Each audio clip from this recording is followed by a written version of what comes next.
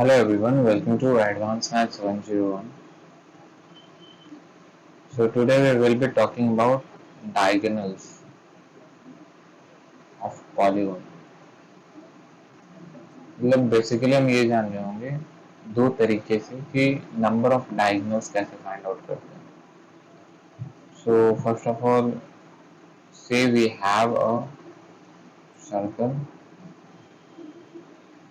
And इस पे बहुत सारे पॉइंट्स हैं, इनफाइनाइट नंबर पॉइंट्स हैं, but say we are constructing a N sided polygon और हमें इसके डायगोनल्स के बारे में पता करना है कि like number of total diagonals कितने होंगे. तो ये चीज हम पता कर रहे होंगे. तो यहाँ पर सर्कल कंसिडर करने का एक इम्पॉर्टेंट रोल ये है ताकि हमें नॉन कोलिनियर पॉइंट्स मिल सके. लाइक अगर हम एक पॉलीगॉन की भी बात करते हैं तो लाइक से दिस इज पेंटागन.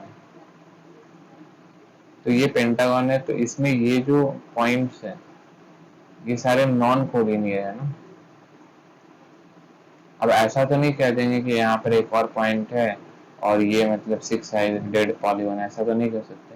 तो नॉन कोलिनियर होना इम्पोर्टेंट है, इसलिए हमने यहाँ पर सर्कल चूज किया है. तो सर्कल में यहाँ पर नॉन कोलिनियर पॉइंट है और से हमने एन साइड मतलब एन पॉइंट चूज किया है सर्कल पे.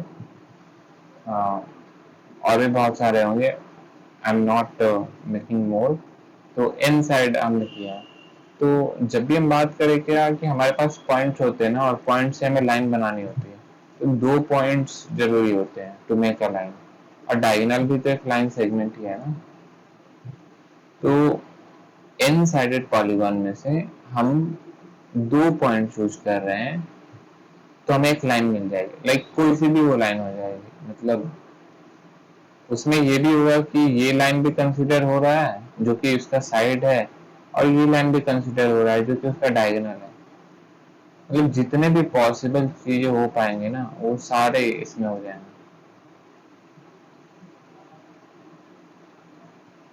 whatever be the possibility of line formed from the end points सारे ही इसमें आ जाएंगे, क्योंकि हम दो पॉइंट कंसिडर कर रहे हैं और दो पॉइंट से लाइन बन जा रही है मेरे, तो NC2.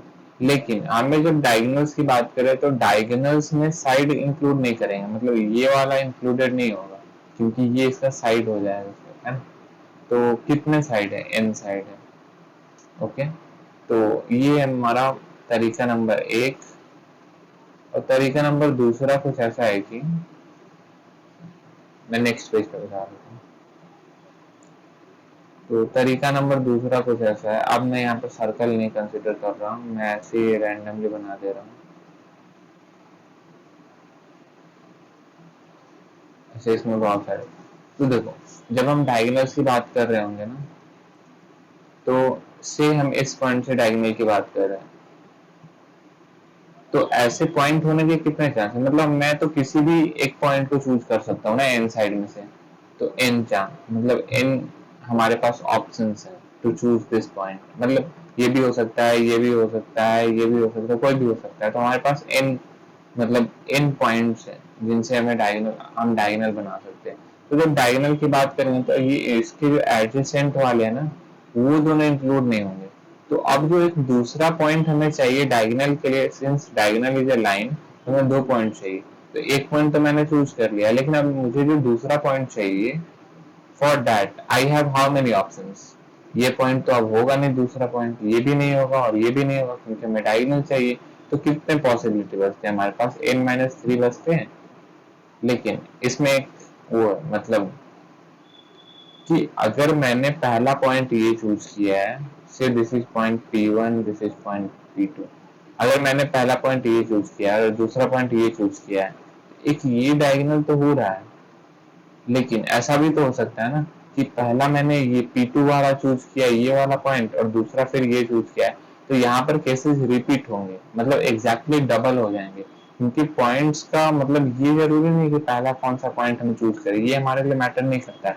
बट हम जब ऐसे लगा रहे हैं principle of like fundamental principle of mathematics, fundamental principle of multiplication लगा रहे हैं, तो कहीं ना कहीं हम पॉइंट जो कंसिडर कर रहे हैं उसकी पोजीशनिंग भी मैटर कर रही है, लेकिन वो हमारे केस में नहीं चाहिए, इसलिए वो केस डबल आ रहे हैं, तो इसे 2 से डिवाइड करना पड़ेगा।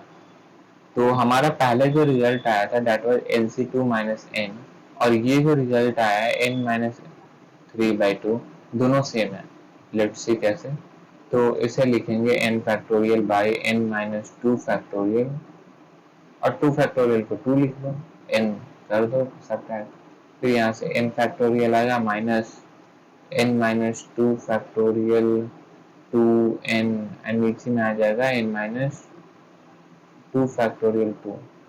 तो अब क्या करेंगे, n माइनस 2 फैक्टोरियल कॉमन निकाल लेते हैं, मैं इस साइड कर रहा हूँ।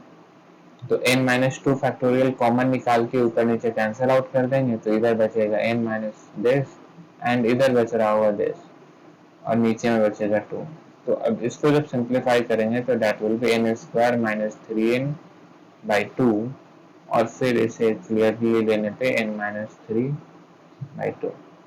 तो ये वाला रिजल्ट और ये वाला रिजल्ट दोनों सेम ही है, बस सोचने का अंदाज अलग है, दो अलग तरीके से सोचा है हमने।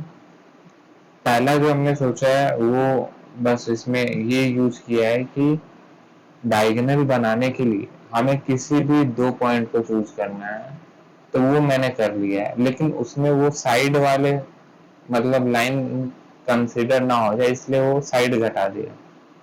बट दूसरा जो तरीका है, इसमें हमने फंडामेंटल प्रिंसिपल ऑफ मल्टीप्लिकेशन से किया है कि हमारे पास कितने ऑप्शंस हैं। तो पहले हमने जो पॉइंट चूज किया, फिर उसके बाद अब वो चूज करने के बाद हमें डायगोनल क्रिएट करना है, तो अब और कितने ऑप्शंस हैं, लेकिन इसमें केसेस रिपीट हो जाते हैं, इसलिए बाई 2 करने में। तो बस यही था एक छोटा सा video. That's it, thank you.